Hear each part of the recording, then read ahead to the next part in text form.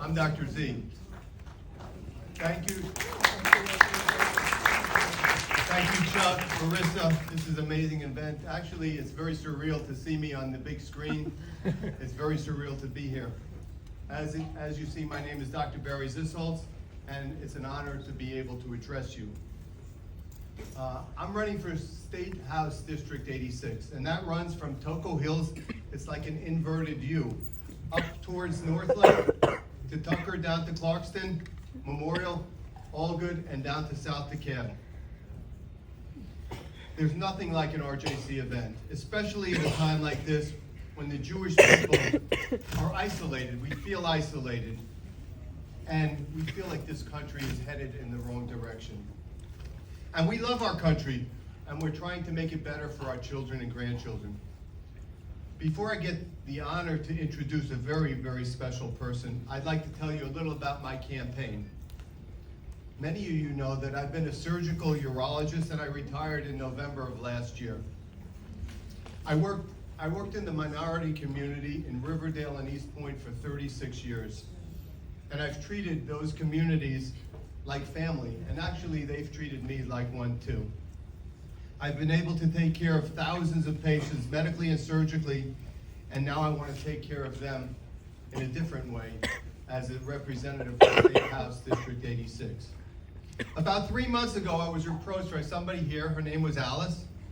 I never met Alice. I got a knock on the door, and she said, "Hey, do you know that your house is redistricted?" I said, "No." "Do you know that your new House representative is a progressive 30-year-old Democrat who 2 months after October 7th walked out on a resolution calling Hamas a terror and did not support Israel, and then a month later she voted against the anti-Semitism bill?" So I said, "Who is this person?" She said, "Well, she also wants sanctuary cities, and she also wants illegals to be able to vote." And I said, "Who's running against her?" And she said, "Nobody." So there goes my retirement. So then I knew Alice didn't just want to check. I knew Alice wanted me to get involved.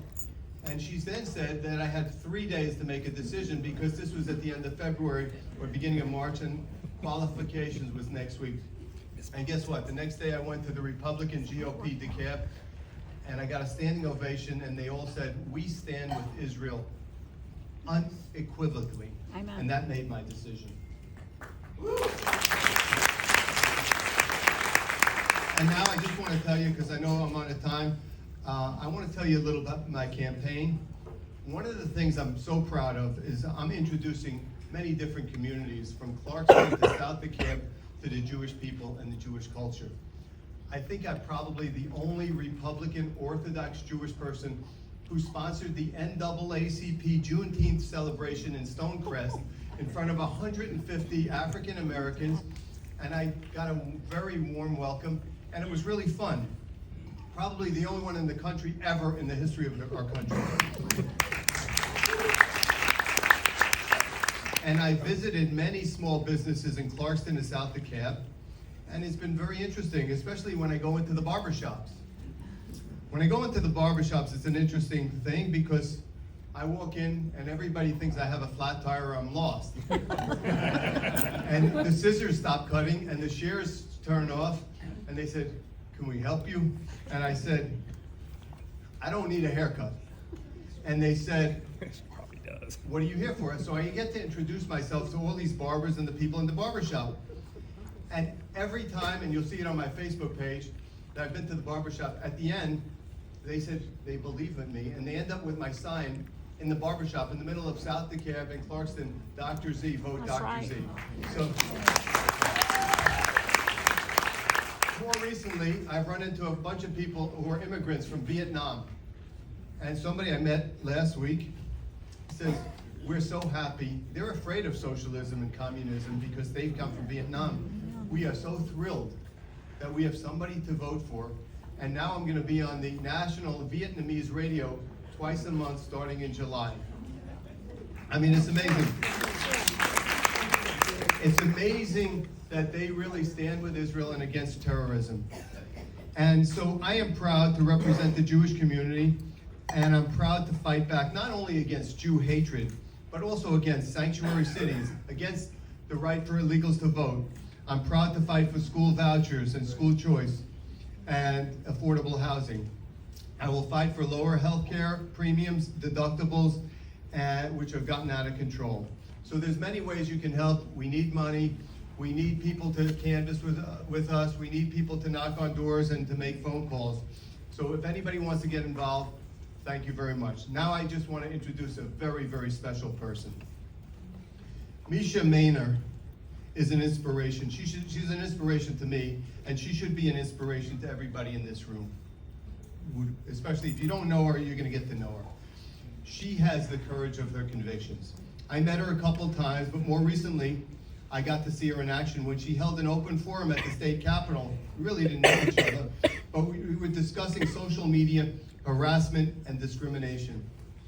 You see, she walked away from the Democratic Party, and believe me, it was not easy for her, and it is not easy now, and even to this day, every day. And guess what? Many people who walked away from the Democratic Party ended up being banned from social media.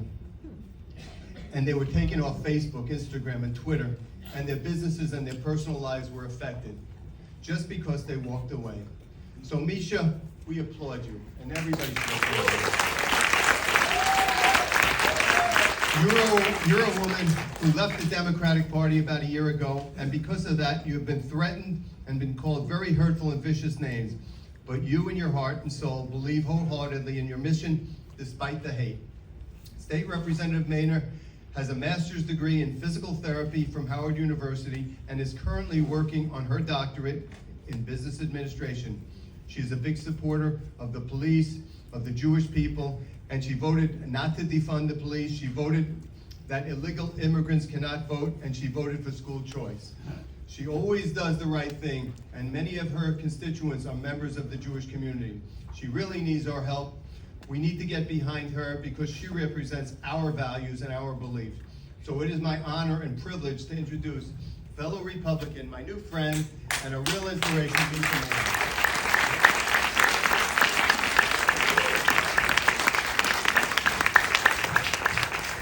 Thank you.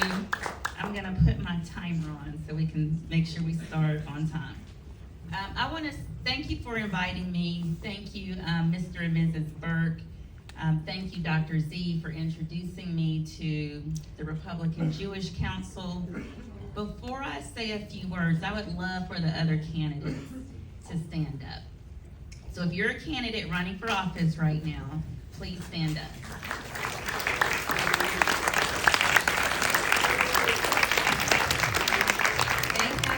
Information out on the table. When you run for office, it is challenging.